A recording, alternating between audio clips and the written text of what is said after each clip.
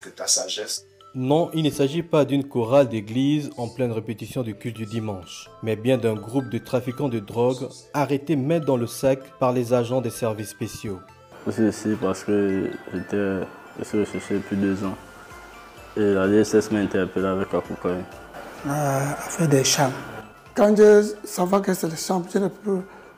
C'est là où j'ai déposé, on m'a attrapé. À faire la drogue. Leur mode opératoire était presque toujours le même. La marchandise, déposée dans un lieu discret mais public, un coup de fil passé via une ligne temporaire et le deal pouvait commencer. À Québec, Poto. Quand je venais dans ça, c'est qui m'appelait. À Québec, le pavé, à côté des pavés. En fait, c'est quelqu'un qui m'a un contact que j'avais avant. Et lorsqu'il a souvent besoin, il m'appelle et moi j'appelle la personne qui a ça et il m'indique où il a caché ça ensuite. Je fais le relais, je prends, je remets sur le câble. Il cache ça en route. Donc, il m'a essayé d'abord pour me donner la première d'abord. Son numéro de téléphone, ça ne passe plus maintenant. Parce qu'il a compris qu'on m'a interpellé.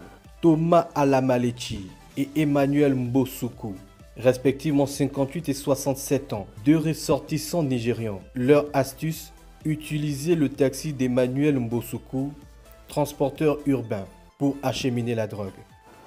Ce qui m'amène ici, c'est le client qui m'a proposé 5 000 courses. Je l'ai pris à Québec. Je l'ai déposé. Il a pris mon numéro. Il m'a pris encore 2e fois. Le premier jour, je ne sais pas ce qu'il a dans le sac. Mais 2e fois que je savais que ça, c'est les chambres qu'il a mis dans les voitures. Normalement, j'ai fait mon business sur les habits.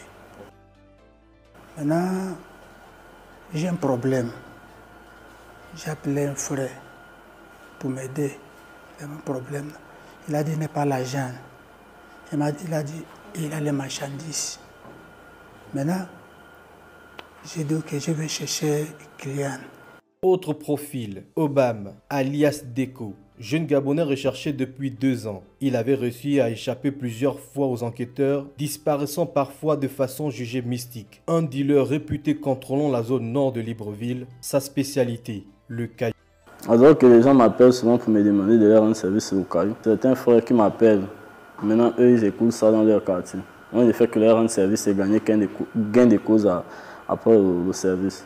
2 ressortissants béninois également dans le coup. Ils affirment avoir voulu se lancer dans la vente de drogue pour subvenir aux besoins de leur famille. Mais selon les informations produites par l'enquête, ils tenaient déjà les rênes de la vente de la drogue dans le 3e arrondissement.